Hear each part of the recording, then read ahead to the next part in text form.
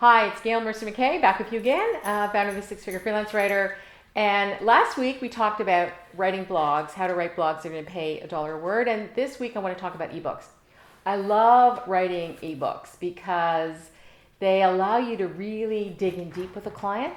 It gives you a bigger project to get your teeth around, and they pay, and ebooks pay well. So ebooks typically.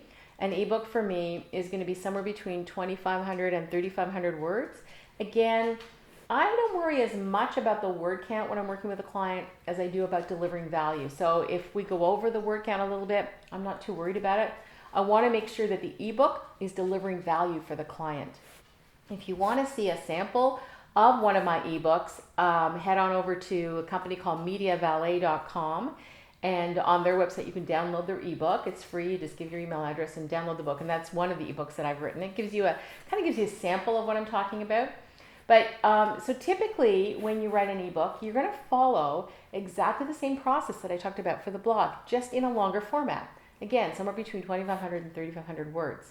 And so in an ebook, I like to do the same thing: pain, transformation, and outcome.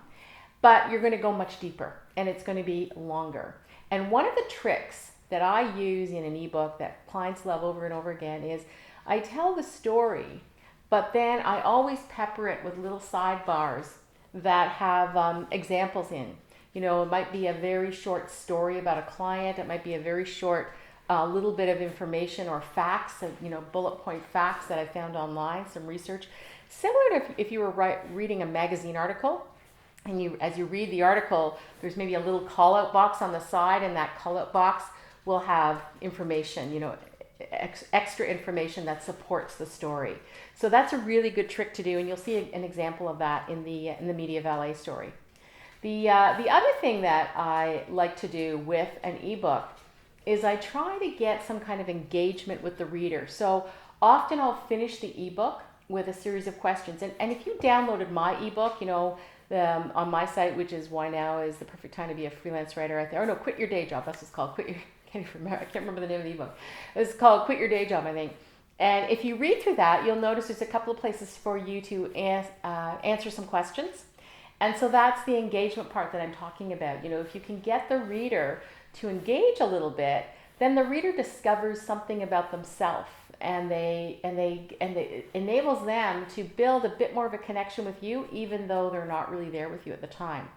So when you are writing an ebook, and again, my ebooks, I usually charge somewhere around $3,500 for an ebook, sometimes a little bit more.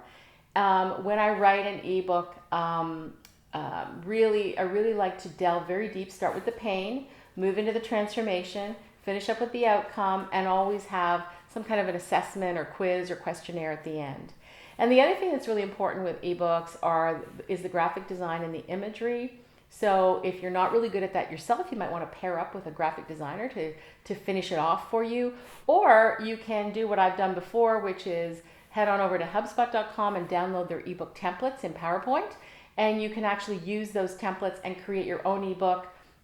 Paste some pictures in. I always make sure that the pictures are licensed properly, so I use iStock.com, and I pay for the pictures. Not very expensive, but I pay for the pictures to make sure I've got the licensing rights to use them.